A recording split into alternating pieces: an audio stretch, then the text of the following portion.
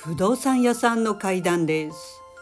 今回は土地や建物についている霊を侮ってはいけないとつくづく感じたお話です。これは X のスペースで語っていただいたお話を改めて体験者さんから詳しく伺ったものです。その体験者さんをここでは仮にしおりさんとお呼びします。それはしおりさんが板前をされている夫と結婚して一番最初に住んだアパートでの体験でした。そのアパートは 1LDK の新築で駅からたったの徒歩3分と立地もよく、しおりさん夫婦が最初の入居者だということでワクワクして引っ越したそうです。さて、新築アパートでの新婚生活も順調にスタートしました。アパートは長方形の形で各階の各部屋が横並びではなく角になる構造で4部屋あり、1階2階の合計8部屋でしおりさん夫婦は1階に住むことになりました。ですから角部屋ということでプライバシーもあり最高の条件でした。ただしおりさんには一つだけこんな良い環境でも治らないことがありました。しおりさんはもともと寝つきが悪く、やっと寝れてもちょっとした物音ですぐ目が覚めてしまい、続けて2時間寝れたら良い方でした。ところがしおりさんの夫はその真逆で、どこでも即寝てしまい、朝まで爆睡なのだそうです。羨ましい限りでしおりさんに言わせると、夫はめちゃくちゃ明るいお調子者の板前のお兄ちゃんという感じの人だということでした。そんなある日のことです。その夜もしおりさんの夫はベッドの隣でぐっすり気持ちよさそうに寝息を立てて爆睡していました。しおりさんというと相変わらずなかなか眠れず、夫を背にしてスマホをいじっていたそうです。するとしおりさんの背後でゴソゴソという夫が起き上がる音が聞こえました。あれ、トイレかな、珍しいなと思いながらも特に気にせずしおりさんはスマホのゲームを続けていました。でもしばらくしても何の物音もなく、夫がベッドから降りてトイレに行く様子がありませんでした。夫の動きがないのでしおりさんは何しとんやろうと妙に思い、振り返ってみると、なんと夫はベッドの上で土下座の姿勢でうずくまっていました。それはまるで時代劇のお殿様にひれ伏す家臣のようで、寝室の細長い窓の方に向かって伏せていました。その窓には遮光カーテンがかかっているので外が見えないのですが、そっちの方向に向かって伏せていたのです。いつものお調子者の夫とは思えない姿にしおりさんは声をかけることができず、夫の肩を叩いたそうです。するといきなり夫はガバッと上半身を起こし、お父様、お母様、お姉様、さあ始めましょうと窓に向かって誰かがいるかのように話しかけました。しおりさんが唖然として見ていると、夫は何やら和歌のようなものを読み出したそうです。しおりさんにはそれがはっきりと何だかは分かりませんでしたが、百人一首を読むような節回しでした。ただ読んでいることは全く日本語に聞こえなかったということです。この異常な夫の様子にしおりさんは恐ろしく何もできずにいました。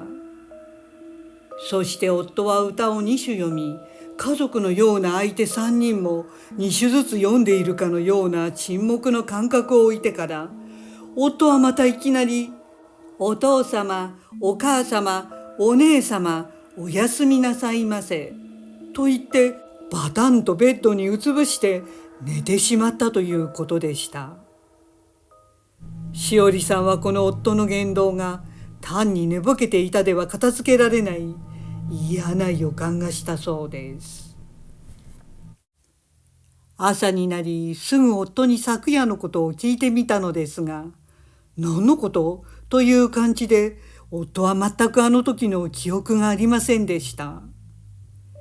しおりさんは百人一首すら知らない夫が和歌を読むなどありえないので、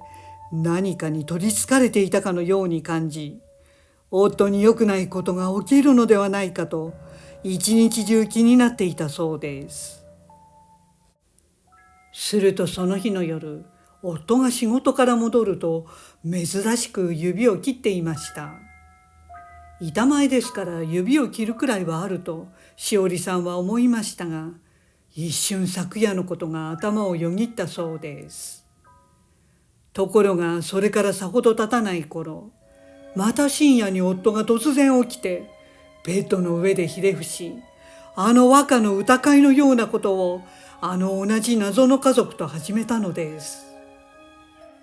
しおりさんはさすがに気味が悪いので、夫が気づくようにすぐ起きてと肩を叩いて止めようとしました。すると突然、目に見えない何者かがしおりさんの首を絞めてきました。恐怖でしおりさんが動けなくなっていると、夫とその家族との歌会は前回のように夫がベッドに倒れ込む形で終了してしまいました。それからというもの、この奇妙な気味の悪い深夜の歌会は時々起きたそうです。その度にしおりさんは止めに入ったのですが、いつも誰かに首を絞められる感触で邪魔をされて動けなくなってしまいました。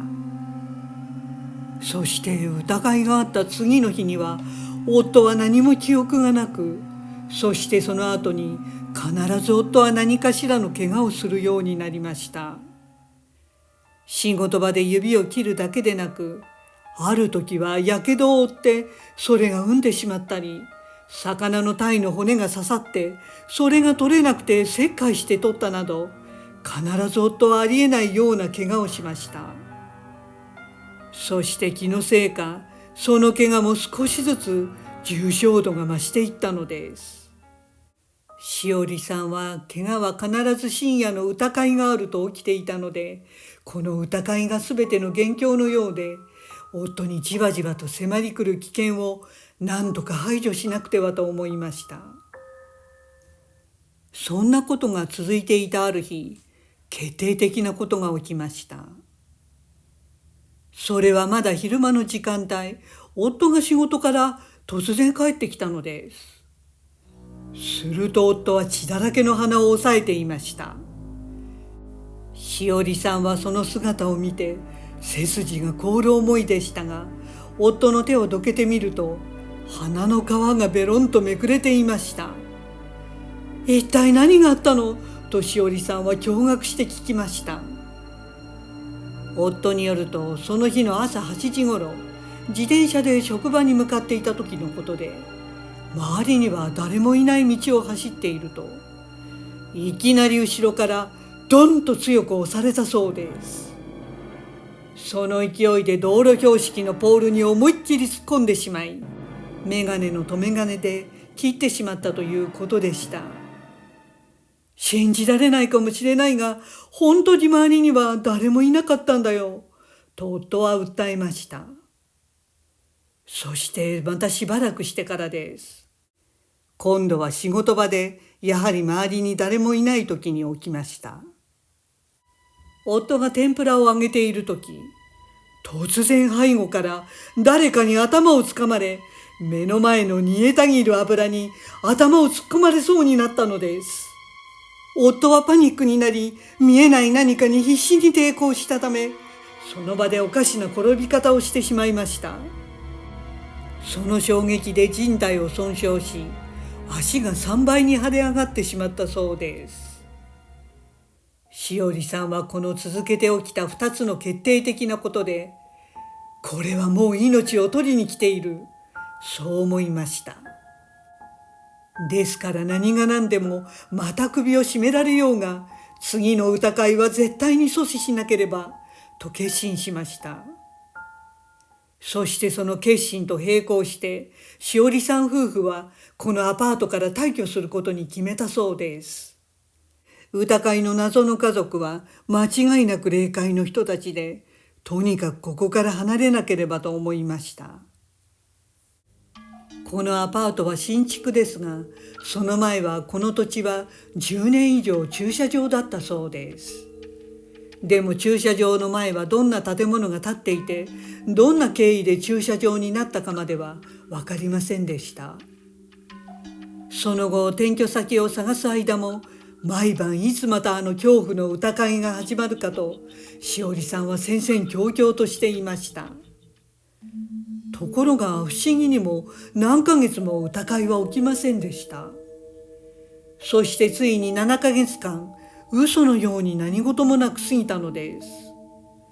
そしてその間にしおりさん夫婦は新しい住居を見つけることができ、このアパートを退出することになりました。ところがその引っ越しの日の前夜でした。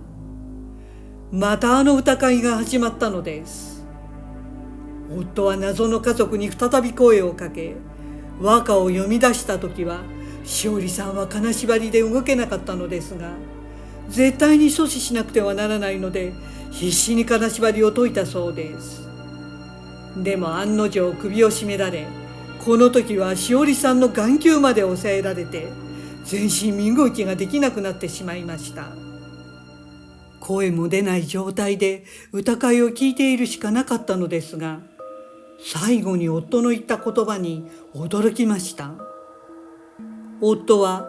お父様、お母様、お姉様、僕はもう遠くに行くのでここには来られません。お元気でいらしてください。さようなら。そう言い残したそうです。しおりさんは、ああ、やっぱりこの謎の家族はこの場所から離れることができないんだ。ここに縛られた自爆霊なんだ。と分かり、心底ほっとしました。そして明日ここを離れて夫が怪我をしなければ、しおりさん夫婦の勝ちで霊に自分たちが勝ち、命を取られる前に間に合ったことになる。そう思ったそうです。そしてその後新しいアパートに引っ越してからは夫が怪我することはなく、あっという間に2週間過ぎました。しおりさんは心の底から間に合ってよかったと安堵しました。でもその考えは甘かったのです。引っ越してちょうど1ヶ月が経過した頃でした。夫が体調をひどく崩し、病院で検査すると、がんを発症していたことが分かりました。まだ若い夫ががんと聞いて、しおりさんは気が遠くなるほどショックでした。ところがそのがんなのですが、医師の見立てによると、腫瘍の大きさから夫のがんはあの疑いがなかった空白の7ヶ月の間に発症していたと分かったそうです。しおりさんはあの謎の自爆霊の家族に、夫はすでにじわじわと命を取りにかかられていたと悟りました。でも引っ越したことにより彼らの目論見が中断したためなのか、夫は即がんを発見し手術して回復できたということでした。ギリギリ命を持っていかれなかったのです。しおりさんは最後に心当たりのない体調不良が続くとき、深夜に得体の知れない誰かと話しているのかもしれないので、どうか気をつけてくださいと言っていました。もし家族が夜中に無遊病のように歩き回ったり、誰かと喋っていたら、霊に取りつかれていく様なのかもしれません。ご視聴ありがとうございました。よろしければチャンネル登録といいねボタンをお願いします。